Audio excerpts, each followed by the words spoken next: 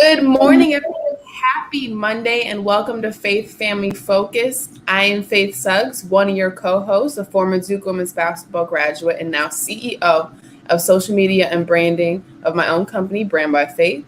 And I just partnered actually with Huron Media, who also does name, image, likeness work with student athletes. So if you know a student athlete, let us know. This wonderful man next to me, though, with the Jets jacket on, is my father, Schaefer Suggs, former NFL player with the New York Jets and the Cincinnati Bengals, and has also served as VP and on the executive board with the Chicago RPFPC, also known as the chapter of the NFLPA. Dad, good morning. How are you? Happy Monday. Good morning. You almost don't even have to read that anymore. That's pretty good. I always read it. I got 6 scripts now that the huddle's moving. The huddle is live in air. We had our first episode actually last Wednesday. Congratulations. That was an outstanding show. I just was just sitting back watching it. I thought it went really well. I'm so excited for you. Thank you. I don't want to steal your thunder, but if you want to continue talking about it, it's okay. Yeah, good morning, everyone, though. But the huddle, I started my show, the one that's solely hosted by me.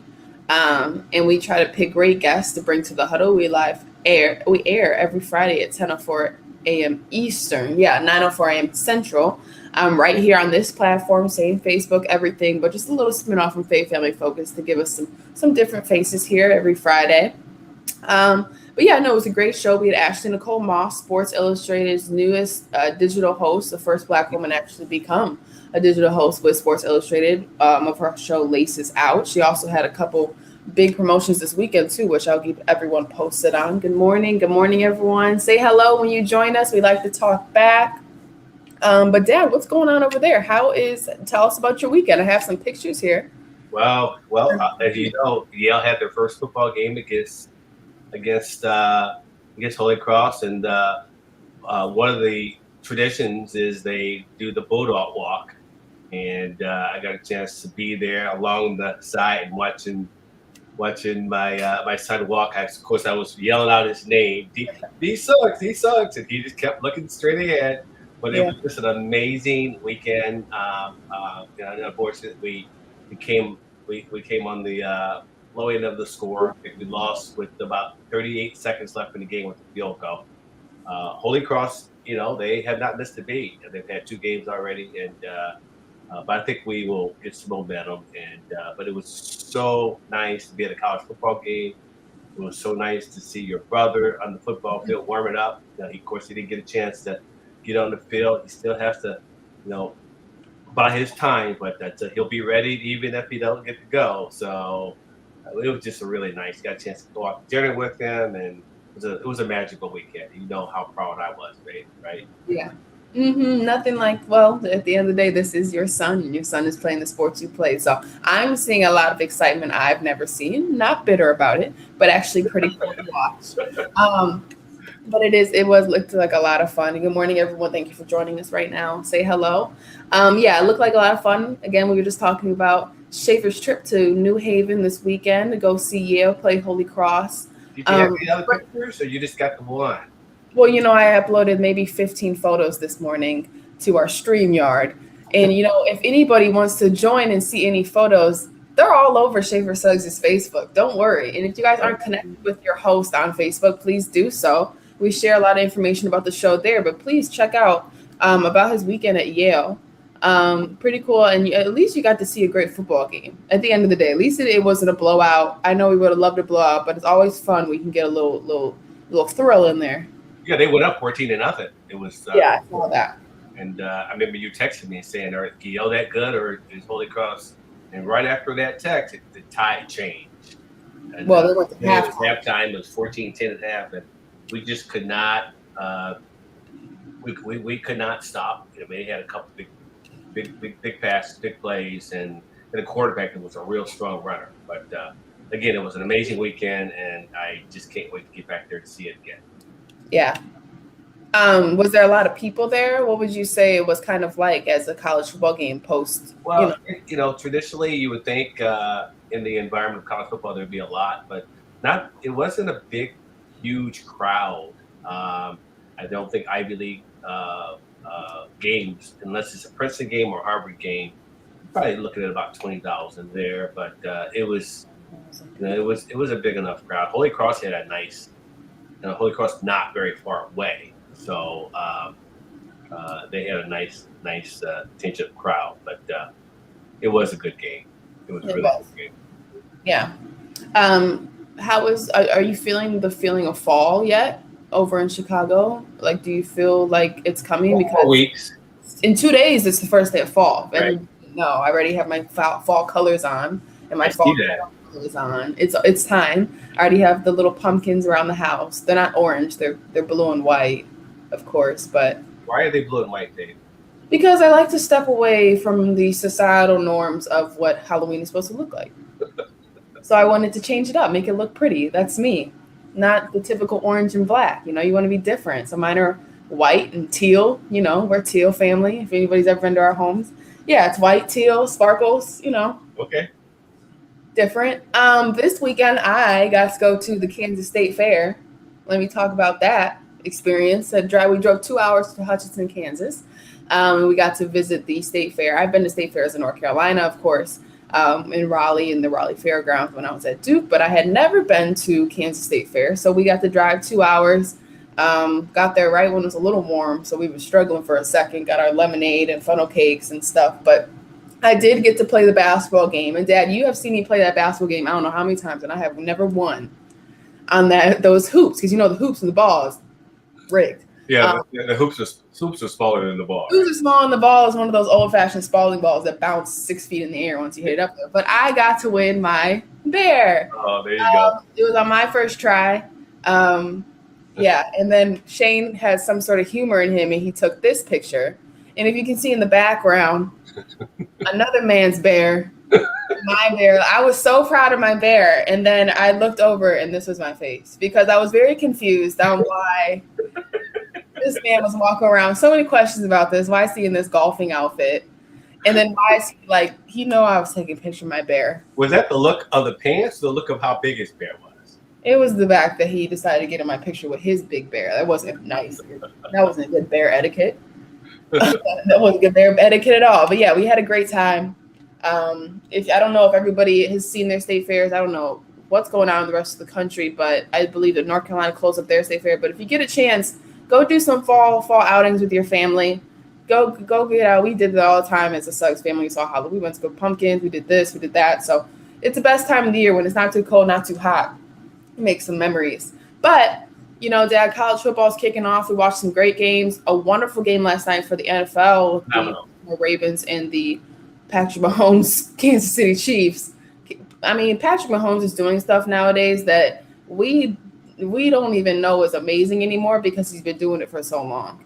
Like the announcers are so immune to his skills. And then Lamar Jackson was just unbelievable as well. You just can't stop him on the foot. It was unbelievable. Great game. Yeah, it was. It's amazing. It was one of the best football games I've seen. Two amazing quarterbacks. Lamar Jackson was out of his mind. Just really good to see. We've had really great football games. And unfortunately, we don't spend too much time on the Jets.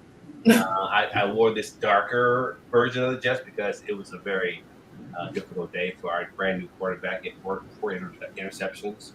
So we won't spend any time. Of course, Bob and I have experienced many of those types of games when he was my head trainer and I was playing, and we can kind of talk about that. But we know what that's like at the start of the game, start of the season off with a loss like that. So. Oh, I understand completely, Dad. I understand completely. They did play your Patriots too, so I don't. Never goes well for some reason. So we can change the topic and move on. So yeah, I will just say this: that I will pray for the quarterback, because it's not easy to throw some interceptions over there in New York. Yes, I know. But it's okay. The Giants don't go so hot either. Well, unless my Dookie Daniel Jones picks it up. But yeah, Dad, football's rolling, basketball's picking up. The NBA is sending people back to training camp, so they're about to start up soon again. I feel like they just finished. But basketball is picking up. First day of practice for NCAA basketball is picking up as well. So pretty soon now, like we always say, we're headed steam head into some sports. It's going to be an exciting year. Talk about some fun stuff, I think. But Few things. We don't know what our show for next week or the end of this week for Friday, the huddle at 10:04 a.m. Eastern is yet, but I will surprise you all soon enough with who our guest is going to be and what the topic is going to be. But then again, I hope to see everyone on Friday at 10:04 a.m. Eastern for the huddle. But Dad, give us a little rundown. We have a guest today. We have an important guest today. Talk to us a little about who it is and why we chose this guest for this special month. Well, it is a special month. We, with Faith Family Focus, we use our stories to heal the family core. Part of that is we've talked about cancer. We've experienced that. We've talked about mental illness. We've talked about a lot of things. And the one thing I really wanted to touch on is recovery. And this, if you don't know, September is National Recovery Week and the Recovery Month. And I wanted to, when we actually sat down and we put down topics over a year ago, I did want to spend a couple of shows on talking about recovery, and this is the appropriate time. And I have an amazing friend, former trainer for the New York Jets, Buffalo Bills, Bob Reese, who, man, there's so much. I don't want to spend too much time talking about his accolades because we'll talk about that when he gets on the show. But I do remember the first time I met him. We were playing the Buffalo Bills, and there was this man screaming at me, calling me a cheap shot artist because I was beating up on Bobby Chandler and couldn't figure out who it was until the following year. I go into the training room and I have this brand new trainer called Bob Reese, and guess who was yelling at me on the sideline? It was Bob Reese, and we built a relationship from that point on. But Bob is a phenomenal person. He has over 25 years of long-term recovery, because obviously that's something that I can relate to. And I just thought I wanted to bring on guests that supporting what's happening this month with Americans, to reaffirm our commitment to helping those that are trying to overcome substance abuse, recovery, alcohol abuse. Bob has 2 amazing books, and this one I read a lot of it on the plane, Thriving in Recovery. And then he has another book here that we'll talk about, and that's Develop the Winner's Mentality. Yep. And both these books are amazing books, and I just felt it was a good person to bring on, not only just because of my relationship with him, but what's going on in our world with the stigma behind mental illness, the stigma behind, not talking about things like recovery. And of course, I just thought it was important to bring and have 2 really good guests. I have another special guest coming in on Monday that will also share his perspective on it. But so what I like to do, if you want to take a break, or we take a break and then we'll bring on a nice video of Bob for about 3 minutes, and then we'll bring this amazing man on the show. Yep.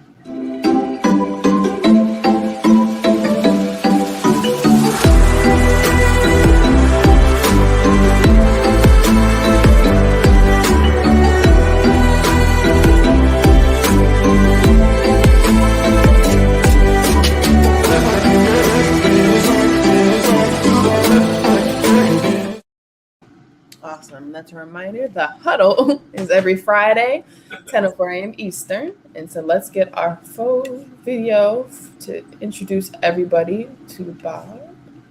Okay. Let's just start with you introducing yourself. Hi, I'm Bob.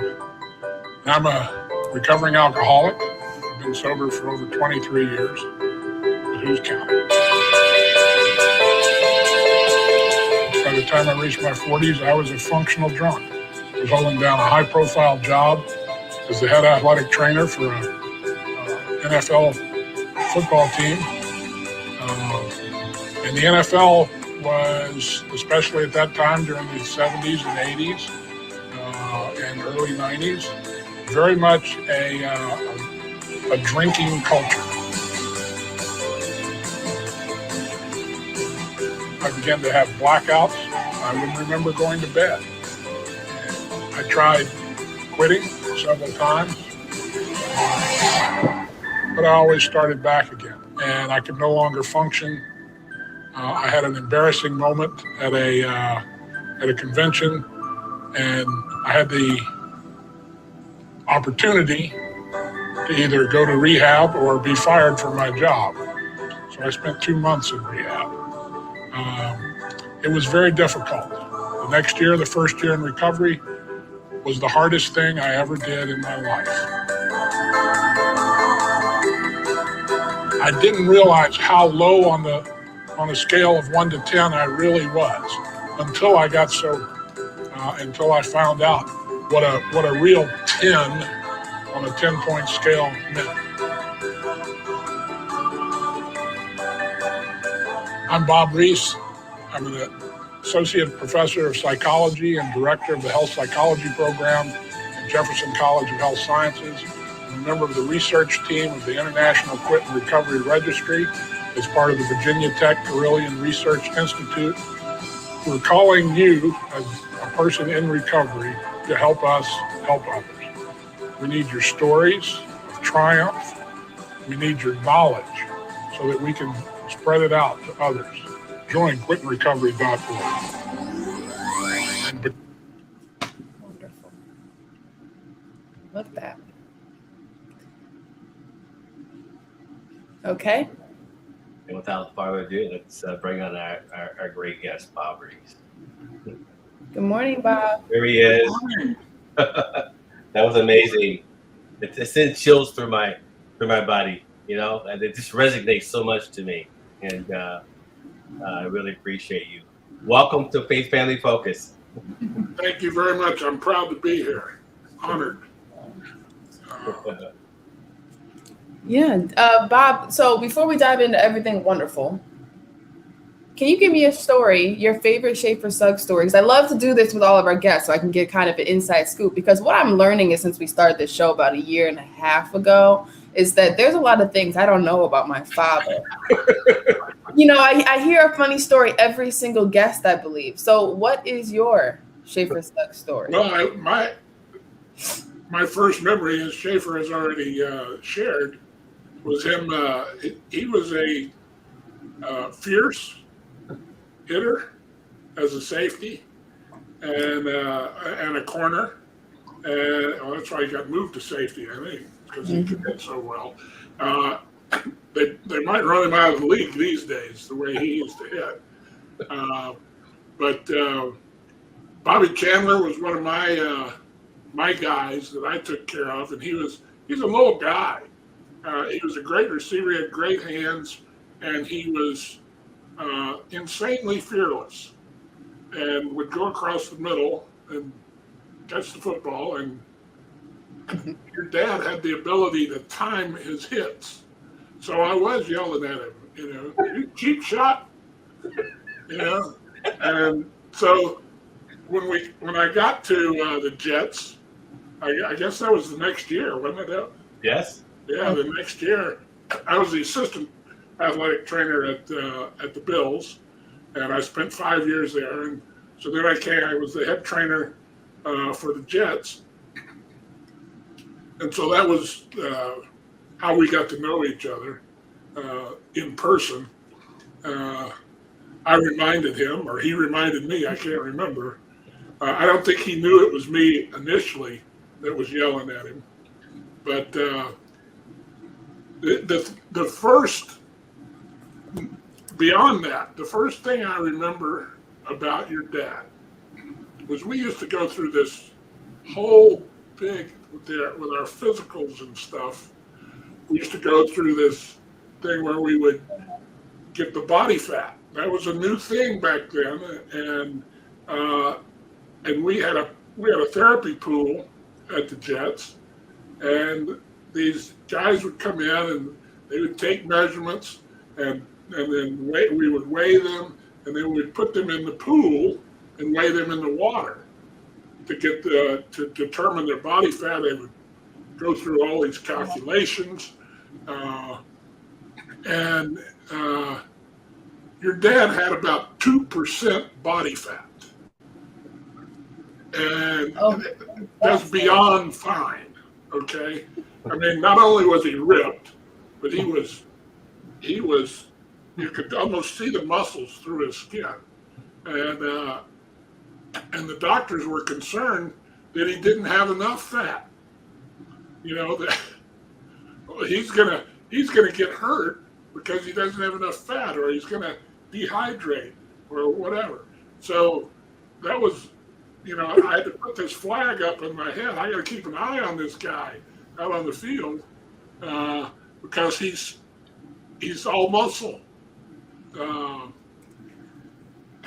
But other than that, I don't really have any great stories other than I admired him as a player and his dedication.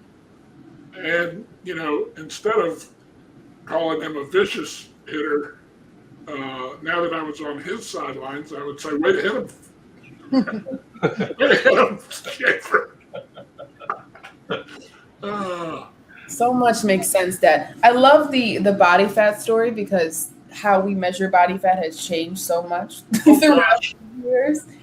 And it's funny that they used to get in that pool and try to do the calculations that way. Yeah, Now, it was a little overkill at the time. It was. It was new, though. It's new. That's Yeah. funny. Well, he did tell us that story. He told it was 1.5%. So I'm seeing now that it was a little different. But it's okay, Dad. You always, express your stories a little larger. Well, it may have been the next year. It actually was lower than that. It was actually under 1%. That's not, I don't know. But people, no one could believe it. I mean, I still have I remember the strength and conditioning coach we had at that time. It was a little guy. I can't remember what it was, but I did. I was, if you remember, Bob, I was hurt a lot my first couple of years, and I attribute that, not the fact that I was also overly aggressive, but I had to realize I didn't have to be on every tackle, and I think by my third year, I think Walton took over, and I remember you said to me, "You know what, Shape, you got to stay healthy, because you can't be in the training room this year." So I think with a combination of me, just maturing in that part of my body, and not that I added more body fat, but I just got smarter the way I played. And, Yeah, well, I think that comes with the territory. Right. You learn as you go. That ability to kind of pace yourself and understand things. That's one of the things we can talk about later that I thought I could bring to other pro teams after I got fired from the Jets years later. But teaching the rookies how they can pace themselves so they're not worn out by the time the regular season gets there. Because when rookies are playing a game every day at practice, and and they've got to learn. The vets know how to pace themselves. Yeah. When they're up, they're on. Mm-hmm. When they're not, they relax. Yeah. And so, yeah, you did that. You had a shoulder injury or something early on. Yeah. I got in that car accident coming to training camp, and my whole second year was just full of injuries. But then my third year, I think my third year was my first full year where I actually, and I remember that conversation you had with me. I mean, those are injuries that I couldn't help, but I just got smarter,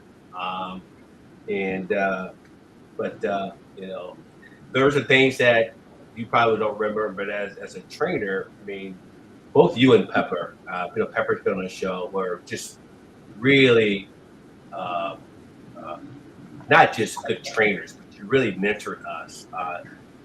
Pepper was new to the league, and I saw your relationship and just learning how to navigate through a lot of not just the on the field stuff, a lot of the off the field stuff, and as we pivot into our topic, we can kind of relate. But the question I wanted to ask you is, I read your book, most of the book. I mean, I was able to bounce around. It was just amazing. It just brought me right back home to that 76 to 81 years, and a lot of the stuff that a lot of people couldn't see, I was right in the middle of it. And just knowing that later on I struggled with with my issue, and I was able to be blessed with recovery. But through the lens, could you share? We were in the same workplace. What was it like to get to a place of recovery? Oh, well, for me, of course, I went a long time after you were gone before I got into recovery. Uh, and what got me mostly in trouble was the fact that I could drink a lot. And I could hold, I guess what you'd call hold your liquor. And so I drank a lot when I drank. And I'll have to say, I think I share in the book that I got into daily drinking in Buffalo. Yeah. At night, you drink, and because Buffalo has miserable weather. Mm-hmm. I mean, I'm not going to sugarcoat it. It is. It's always overcast. I mean, it's not so much that it's that the snow. I can deal with the snow and that, but it was always overcast. They call it the lake effect because Buffalo sits between Lake Erie and Lake Ontario, and so unless the wind is coming up from the due south, it's picking up moisture, and it makes it overcast. So you get a little burned through in the afternoon, about 3 or 4 in the afternoon. They'd call that a sunny day in Buffalo. And so you just, especially without the season on, there wasn't a lot to do. Buffalo was proud of the fact that they had more bars per capita than any other major metropolitan area. I don't know if they still tout that, but at the time, that was, in retrospect, I can see why. But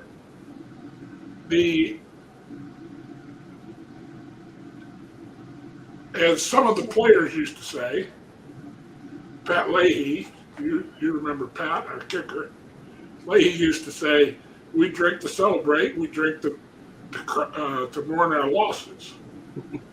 We drink. And that's pretty much what I did.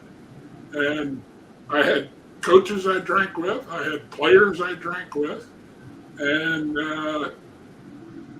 if nobody was around, I drank with myself, So getting recovery was really, it took a knock in my face. As the video alluded to, I got in a fight at a convention. Believe it or not, Faith, I was defending women in the training room. I had some young trainer telling me that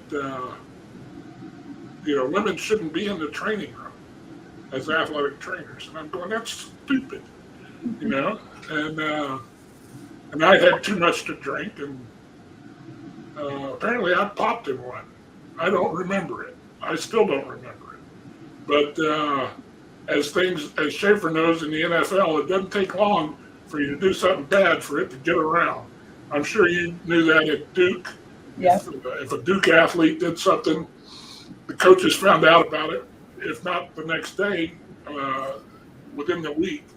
Yeah. And so that put me in the position that, they gave me. I was very fortunate. We had Dick Steinberg at that time had come from the Patriots. It was our general manager. And he called me into his office and said, look, we've heard this. There was a problem at this convention. And I said, yeah. And so I told him, and he said, well, look, I don't want to lose you. He said, because I've been in this league a long time, and you are the best athletic trainer that I've been around that can predict when guys are going to be able to play well again. And I don't want to lose you. So we're going to send you out, and you're going to get evaluated. This was in January, so the season was over.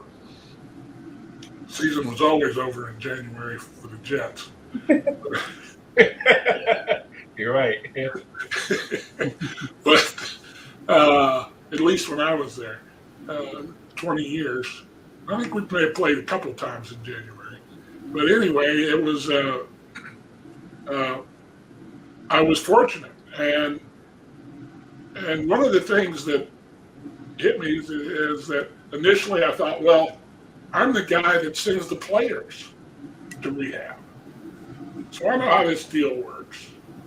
I said, so I'll go and I'll do outpatient stuff. And and I went out and I got evaluated, and they said, we're going to bring you in for inpatient. And I went, oh, that didn't work well.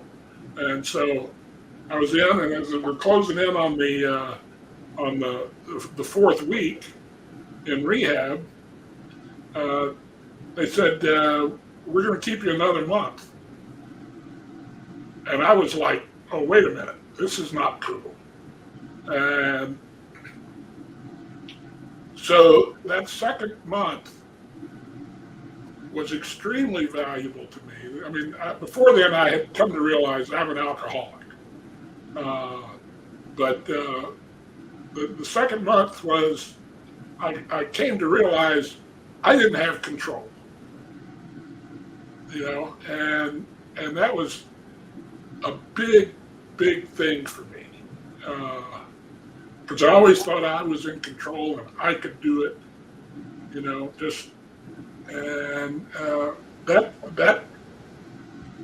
that second month I did a lot of self-reflecting and so forth. They used to have us at that time.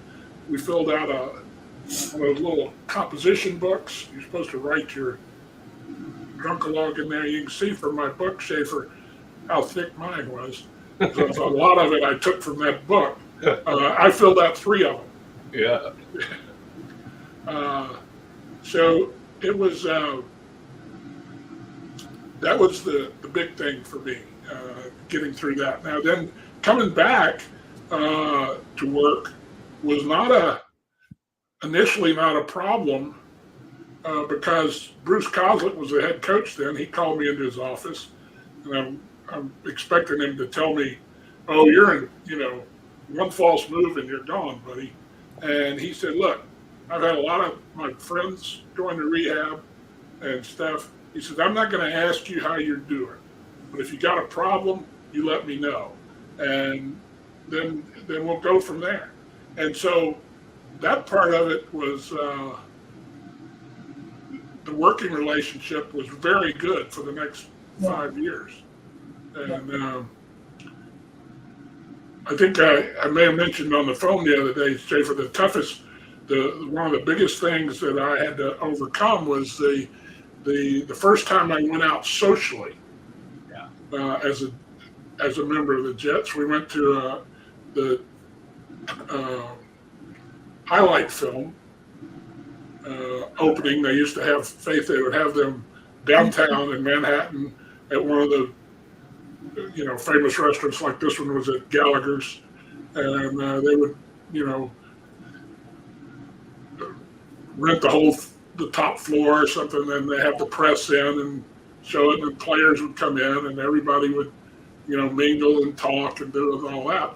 And of course there was an open bar, and the biggest trouble I had was I was sitting there, and I was like somebody that's afraid to fly. I was white knuckling it on the chair, and because all the players were coming by saying, oh, Reese, can I get you a beer? Can I get you a drink? And I'm going, because they didn't know I'd been in rehab. And I'm not drinking. So finally I got up and got just a tonic and lime, so that people would quit asking me. And I shared, when I got the drink in my hand, the whole compulsion to get a drink just went from a 10 down to about a 2, and that was, I learned that early on. So whenever I was went somewhere socially, I would grab a soda or something and have something in my hand, and it made a big difference. But that first year, well, that was the toughest thing I ever did because I was such an habitual drinker. You know, I can remember one time in rehab we had a men's meeting. So all the guys, there's about 30 guys around in a big circle, and guys are all talking about, you know, how can I pick up a girl if I don't, if I don't have a drink? And so they're talking, and I'm going, oh, this doesn't make it. And I finally said, how the hell can I grill a hamburger if I don't have a beer in my hand? And man, the room just got quiet because everybody started thinking, whoa, this is more about than just social stuff. And it was a big realization. It was hard. I was so fortunate that after about a year, it was about 12, 13 months, I lost the compulsion to drink. It wasn't, I didn't have it pushing on me all the time. You need a drink, you need a drink, you need a drink. And I was very lucky. And that was one of the reasons I wrote this book, because I have a brother who's also in recovery. He's 4 years younger than me. He beat me in recovery by 3 months. He's also in long-term recovery. But he still goes to like 3 or 4 AA meetings a week. I mean, he's still hanging on, you know. And I know we're not supposed to compare addictions, but he was a poly drug user, and he used to say he was notorious because he dealt in his what he was using, and it was a big. I kept trying to tell him there was more to life than AA, you know, that there's more there. So that was really the reason I wrote the book. Yeah. My question to kind of spin off in between that is, as someone with a background in psychology, what can you share about people within AA, within recovery? Because you just said your journey was different than your brother's journey, right? Everybody's journey was different. With a background in psychology, talk to us a little bit about some of the things that help people thrive within recovery. Well, that was something I came to recognize over time. I didn't get it. I went into rehab in 91, and I didn't start my master's in psychology till 94. And I didn't get my, then I got my master's, and then I actually had the teaching job at the Jefferson College of Health Sciences before I got my PhD. Okay. And so I got my PhD, I was 50 something at Virginia Tech. I got my, so the psychology of it is like so much of what's in the book, I looked at it after I had done it. So the psychology didn't help me early on. But my first book, the Develop the Winner's Mentality, was because I got interested in sports psychology, and I just boiled down what everybody in sports psychology was teaching, and I came up with what I call the 5 essential mental skills, and it's goal setting, visualization, energy management, which is stress management, and then excuse me, effective thinking and mental toughness. And today in positive psychology, they call the mental toughness grit. Okay. And so those are the things that that they were teaching or using in sports psychology at the time, and they still do. I mean, it's the bedrock. I'm sure, Faith, you've excuse me. I'm sure you got a lot of it, whether you realized it or not. And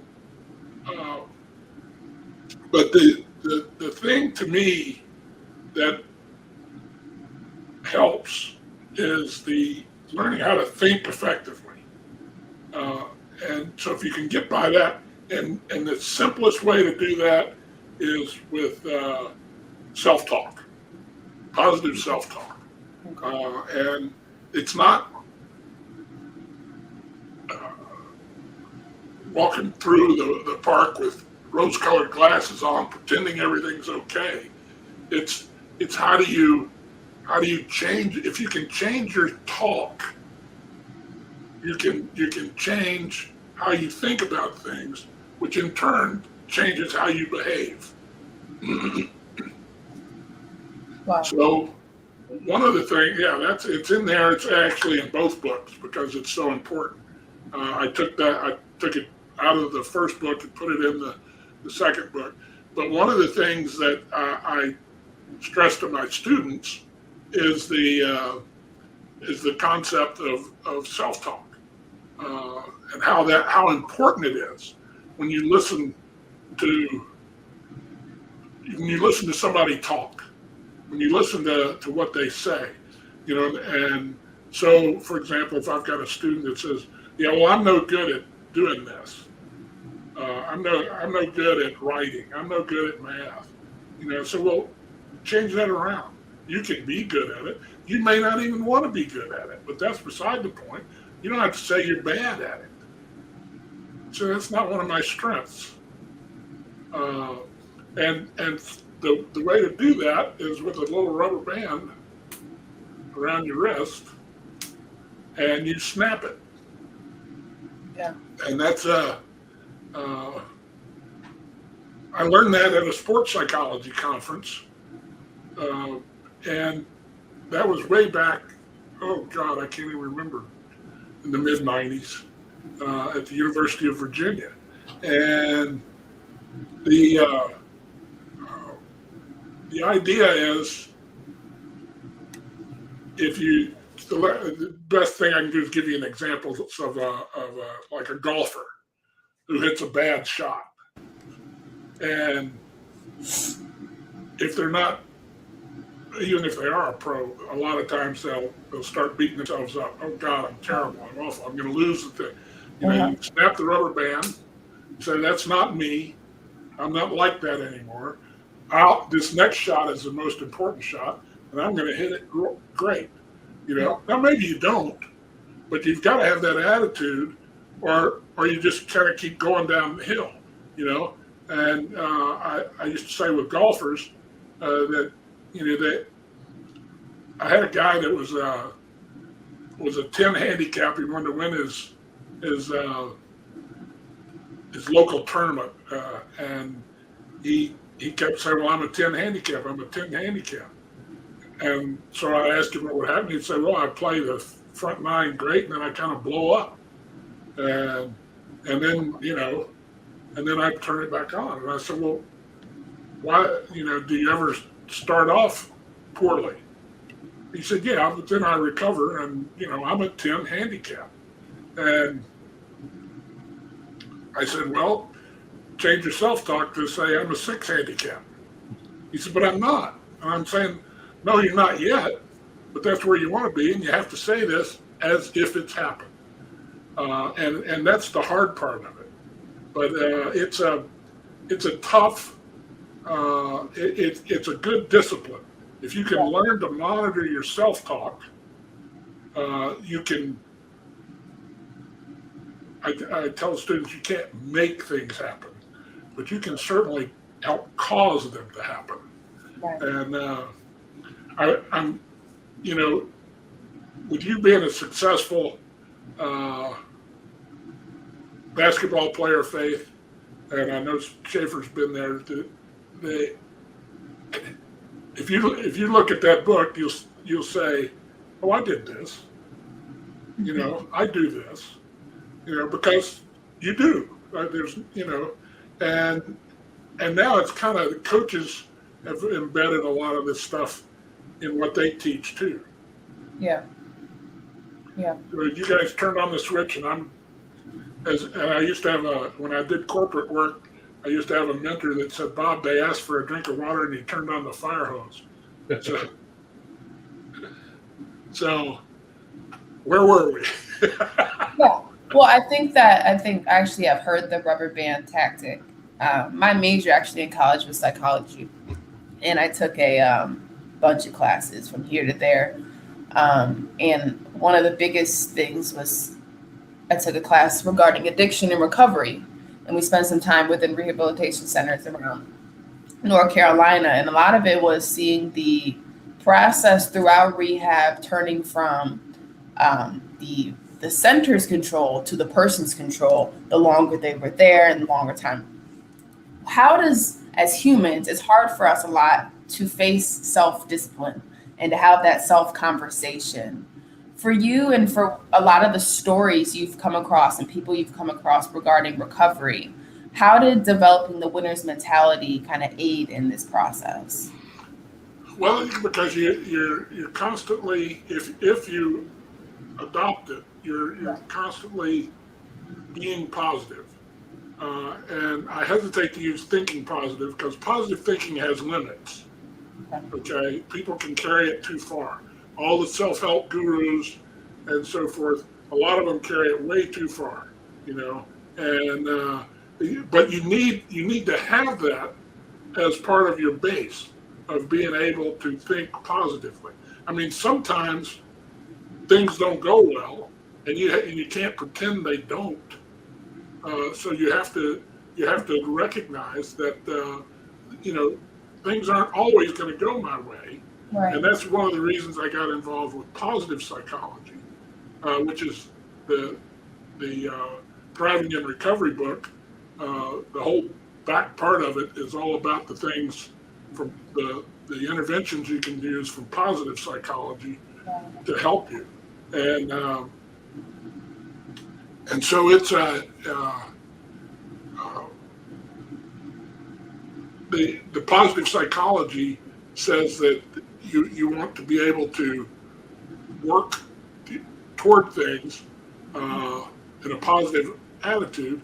And Marty Seligman, the kind of the father of positive psychology, has done a lot of work with the Army because one of the things that you learn with positive psychology is resilience. Mm. And having that, being able to come back from something that's a defeat, that you haven't done well, or a mistake you've made. How do you come back from that?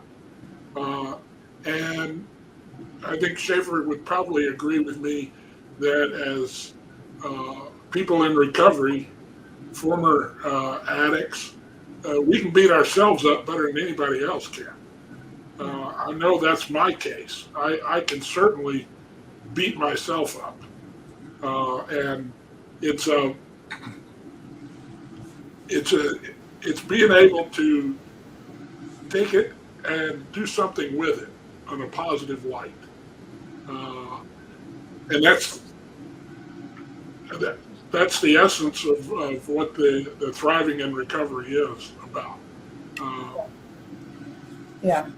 Well, one thing I see a lot is within athletics and within sports, a lot of this self-discipline and positive thinking and positive psychology comes along with, a lot of the things we deal with as athletes, which is, the belittling of oneself, the disappointment in oneself, or a lot of people use the preparation for failure before you've even failed. And the people use that as a way to kind of prepare themselves so they're not let down, and they're eventually, disappointed if they do fail, and then surprised if they achieve something. And it's interesting seeing the parallels between recovery and the road to redemption, road process for a lot of athletes. And Dad, as an athlete and a former athlete, and then Bob, you can touch on this as well. We talk about the 13th step. Dad, in your process, being an athlete, do you feel that it helped you a lot through recovery, through those steps? Oh, without a doubt. I talked to Bob a little bit about it is not the quantity of recovery, it's the quality of recovery. And for me, and Bob, we're going to have you on the show again on next Monday. Because there's so much more of it that kind of fills in that gap is my relationship with my higher power, spirituality. And Bob touched on that a little bit in his book, with what a lot of people struggle with in the beginning of recovery, their higher power. And that's our slogan: let go, let God. Let go, let go, let faith. For me, was the most important part of my initial part of my thriving in recovery is my relationship with God and my ability to thrive. And that has allowed me to, they talk about the onion peels as years progress, come off your eye and eventually get to a point where Bob knows about the promises that we can actually talk about. And there's just so much. And I can't really, there's not enough time frame to really answer that question. That's why I would love to continue this next week, Bob. If you don't mind coming back on Monday, that's a possibility, because there's so much more here, Faith, that we can talk about. Yeah, I can come back. Good. Okay, awesome. Yeah, because I would love to dive in eventually, because we walk through the steps and the psychological background through recovery, but also on when people battle that hope and optimism piece. I mean, that to me is something that I always find extremely brave and courageous. But Bob, thank you for joining us so much this morning. I got to say one more thing. I'm going to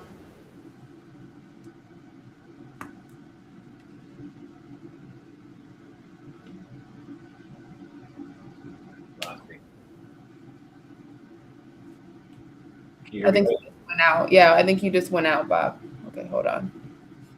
Yeah, now you're muted. It happens to us all. Okay, there we go. Yeah. Sorry, I was going to say gratitude. Yes.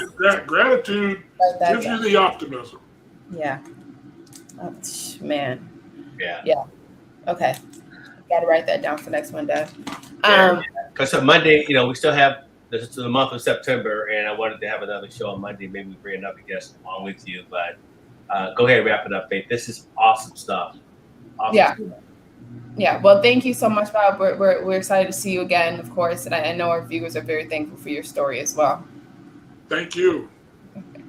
All right, everyone. Happy Monday. Don't forget it's Monday. I know we're all feeling like the weekend couldn't be long enough. Good morning, everyone who's tuning in slowly. Once again, you can rerun the show multiple times on Facebook, E360 TV, YouTube, and all the platforms we use.